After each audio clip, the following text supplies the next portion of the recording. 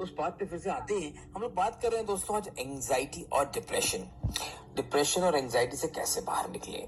मैंने भी थोड़ी देर पहले ये बात अल्पा से पूछी थी कि क्या अल्पा, अगर किसी की जिंदगी में अहमदाबाद में जो हादसा हुआ, भगवान नहीं करे कि किसी के साथ में भी ऐसी कोई भी दुखद घटना हो, हम सभी की खुशहाली के लिए प्रार्थना करते हैं, मगर अगर जिंदगी में किसी के भूचाल आ जाए, ऐसी कोई घटना हो जाए जिसमें अभी हमने देखा एक परिवार के 3 बच्चे, हस्बैंड वाइफ, पूरा परिवार खत्म हो गया, उसके परिजनों पे क्या बीती होगी हम इमेजिन भी नहीं कर सकते। अल्पा, बड़ी जाहिर सी बात है कि उनके परिवार वालों पर आसमान कहर बरपा रहा होगा, इस सारी दुनिया उसको बहुत बुरी लग रही होगी, सोच रही होगी मेरे पास क्या बचा है। तब वो एंजाइटी, डिप्रेशन, हर तरह के दुखों का सामना कर रहा होगा।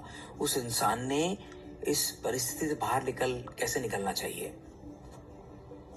हाँ, इतनी हम बात कर रहे थे और हमने आध्यात्मिक की बात की, और इसमें हम आध्यात्मिक की बात क्यों करते हैं, स्पिरिचुअलिटी की बात क्यों करते हैं? क्योंकि फिजिकली आप कितना भी सांत्वन दे दो, कितना भी साथ दे दो, पर जब तक अंदर से आत्मा तृप्त नहीं होता, अंदर से उसको जवाब नहीं मिलता, तब तक वो तड़प नहीं जाती, तब तक वो दर्द नहीं जाता। तो अंदर से आप को संतुष्टि कैसे मिल सकती है जब आप आत्मा से जुड़े। और मैं जब छोटी थी, मुझे एक किस्सा याद आया। मैं हमेशा कंप्लेन करती थी, मैं लोगों से सुनती थी कि उसको उसके कर्म का फल मिला। तो मैं छोटी थी तो मैं समझती थी कि जब मुझे याद ही नहीं कि मैंने क्या गलती की, तो मुझे क्यों फल मिलेगा कर्म का। तो मैं हमेशा ये सवाल मेरे मन में था। तो जैसे ही मैं बड़ी हुई तो आध्यात्मिक ये सब पढ़ाई करते करते ये पता चला कि ये जो शरीर है हमारा, ये सब तो टेम्पररी है और सभी का टेम्पररी है। हम यहाँ थोड़े समय के लिए आए हैं और हम सबको जाना है। तो जो परमानेंट है वो है आत्मा, वो हमेशा रहेगी, चाहे वो पूरी फैमिली है नहीं है, पर उन लोगों की आत्मा जो है वो तो हमेशा रहेगी, वो नष्ट नहीं हो सकती। तो लोग कहीं जाते नहीं है, they just change their form. तो क्योंकि भगवत गीता में भी लिखा है कि अग्नि उसको जला नहीं सकती, पानी उसको भिगो नहीं सकती।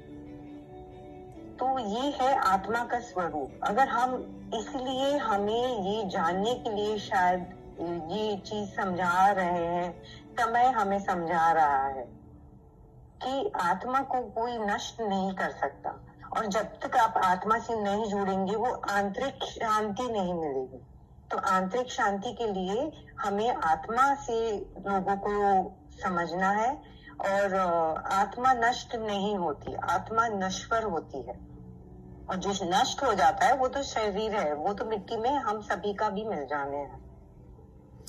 कहने का मतलब ये है कि आपको जब कोई बड़ी दुखद घटना अगर आपकी जिंदगी में घटती, भगवान नहीं करे कभी किसी के साथ ऐसा हो, मगर अगर कुछ होता है तो आपको हमेशा आप ऊपर वाले की तरफ देखते हो। मतलब एक आपको लगता है कि दुनिया में अब कोई मेरे पास रास्ता नहीं बचा है, अब मेरे पास कम से कम वो ऊपर वाला कहीं अगर है तो वही मेरे लिए एक मात्र रास्ता है जो मेरी पीड़ा को कहीं शायद कम कर दे, परिस्थिति को बदलने में हेल्प करे। दोस्तों, है ना अल्पा, मैं सही कह रहा हूँ? हाँ, वो आत्मा हमेशा तकलीफ में, दुख में तो लोग भगवान का सोचते ही हैं, पर अगर आप हर सिचुएशन में सोचोगे कि भगवान आपके साथ ही है, तो ना दुख ना तकलीफ, हर चीज में आप स्वस्थ रह सकते हैं। और वो आंतरिक जो सुख होता है ना, वो असल में आप एक्सपीरियंस कर सकते हैं इसी लाइफ में। लेकिन अल्पा, ऊपर वाले को, भगवान को किसी ने देखा नहीं है आज तक। देखिए, जो एथिस्ट लोग होते हैं, जो भगवान को नहीं मानते, वो इन चीजों से वास्ता नहीं रखेंगे, वो इन चीजों से थोड़ा सा मतभेद हो सकता है उनका। मगर अगर प्रैक्टिकली बात सोची जाए तो इंसान को खुद ही प्रयास करने पड़ेंगे अपनी परिस्थितियों से बाहर निकलने के। क्योंकि हम लाख बोल दें कि आत्मा अजर अमर है ना?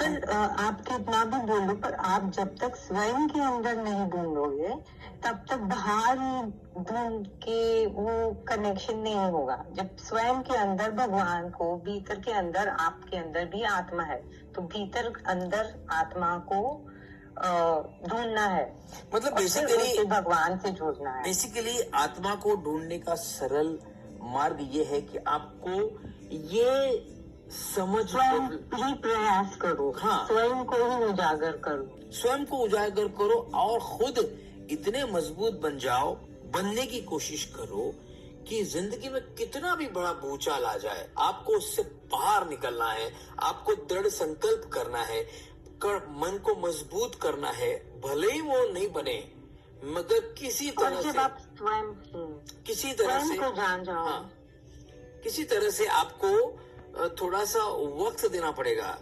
क्योंकि हर चीज वक्त के साथ हील होती ही है। और आप कुछ कह रहे थे, बताएं। और जब हम स्वयं को परमात्मा से जुड़ जाते हैं तो अपने आप वो पावर, वो ऊर्जा आती है। जैसे हनुमान जी श्री राम के भक्त थे, तो उनके पास कितने पावर्स थे। अगर आप भी ऐसे